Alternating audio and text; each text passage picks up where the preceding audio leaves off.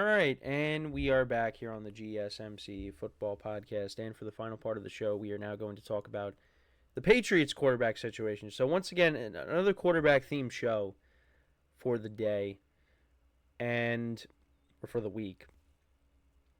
I promise I won't be like that tomorrow. We're going to get to other stuff, but I just figured because there's just been so many news on quarterbacks and, teams not really sure what their plan is, or they name the starter. It's a lot of news, and it's great because we're around the corner when it comes to football season.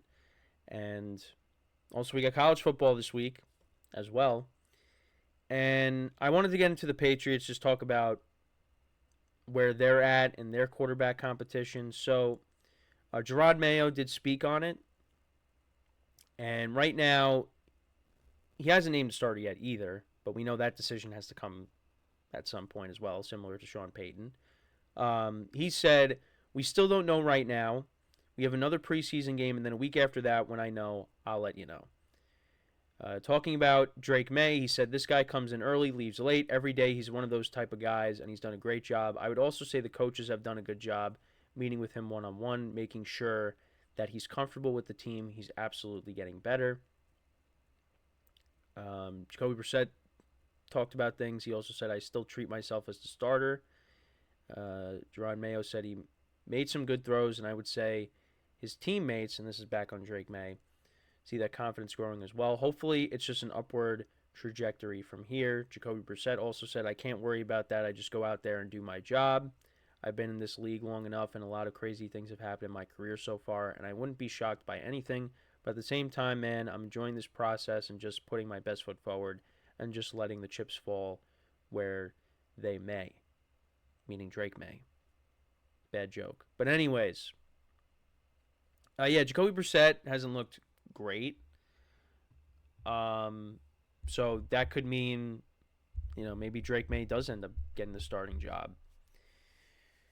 It'll be interesting, but we know, like Sean Payton didn't make it, at least from the quotes that I had, he didn't make it clear as to, I mean, obviously he's going to have to make a decision because this is the last preseason game, but we know that, like, there could be a chance that he names a starter, like, before this preseason game coming up this week. But at least we know with Jerod Mayo, he's taking that final preseason game as, that's it. After that, that's when a decision will be made on who's going to end up being the starter.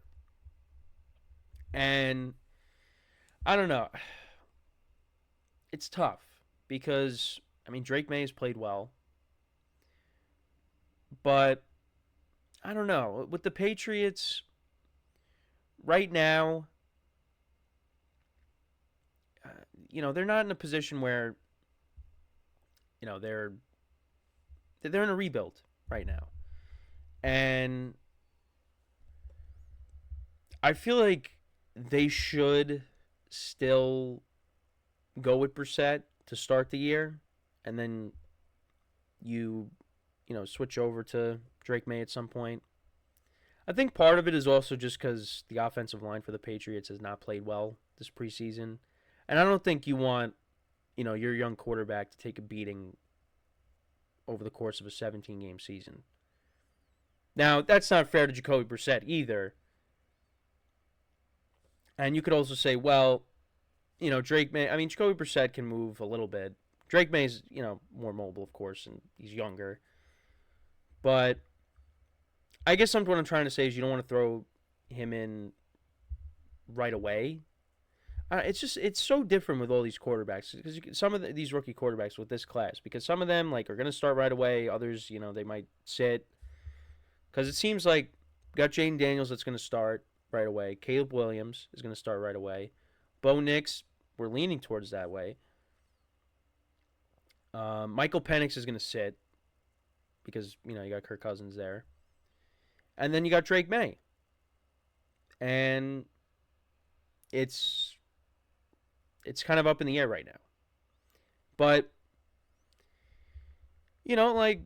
has had good moments. Had good moments in that preseason game last week against the Eagles. And his stats would have been better if, his receivers held onto the ball.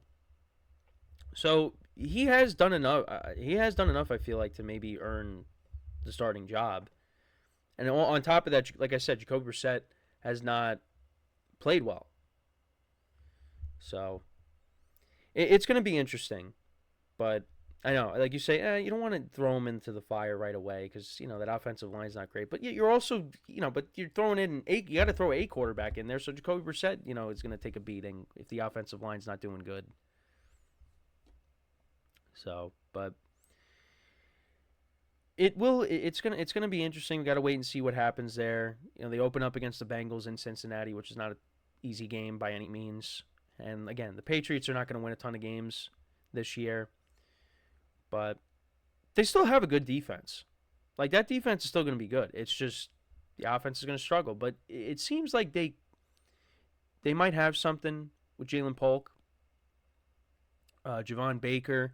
They seem to be, and I'm not going to say they're going to have a season like, Malik Neighbors or Marvin Harrison Jr. or, some of these other top guys, but I mean, we don't know how those guys are going to do either. I mean, we could say we think they're going to do this, but who knows? But they might have something with those young guys, and hopefully they do, because they need playmakers on this offense. They really need playmakers, because that's what's lacking on this offense. There's really nobody that scares you on it.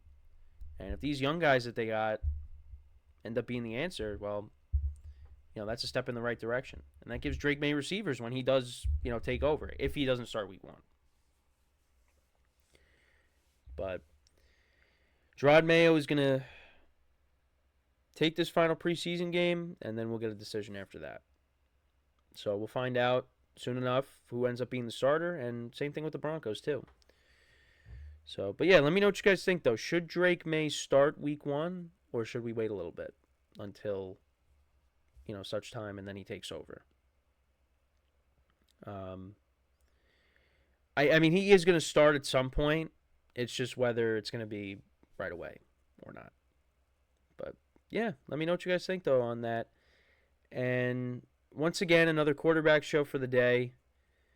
And like I said, not going to be like that tomorrow. It's just there's been so many things with quarterbacks coming out that, I just decided to cover it. We'll get back to... I haven't done the receiver rankings. I still got 2 more divisions left. So we'll get into all that. We'll pick that back up tomorrow. Tomorrow would be... So we're on the AFC South. So we will get into talking about that division. And, I was trying to going through the receivers in that division. I mean, the number 1 spot I thought was a no-brainer. It's just the other 3. It was kind of like, it's kind of difficult to, rank the other 3. But that'll be tomorrow. We'll get back on that, and then we'll have one more division after that. But yeah, I mean, look, I just want to get to that first game, Ravens-Chiefs. And we got a couple more weeks, and then we'll be there. College football will help us out because, I mean, there's not a ton of marquee games. Not really that many games this weekend. You got Florida State and Georgia Tech.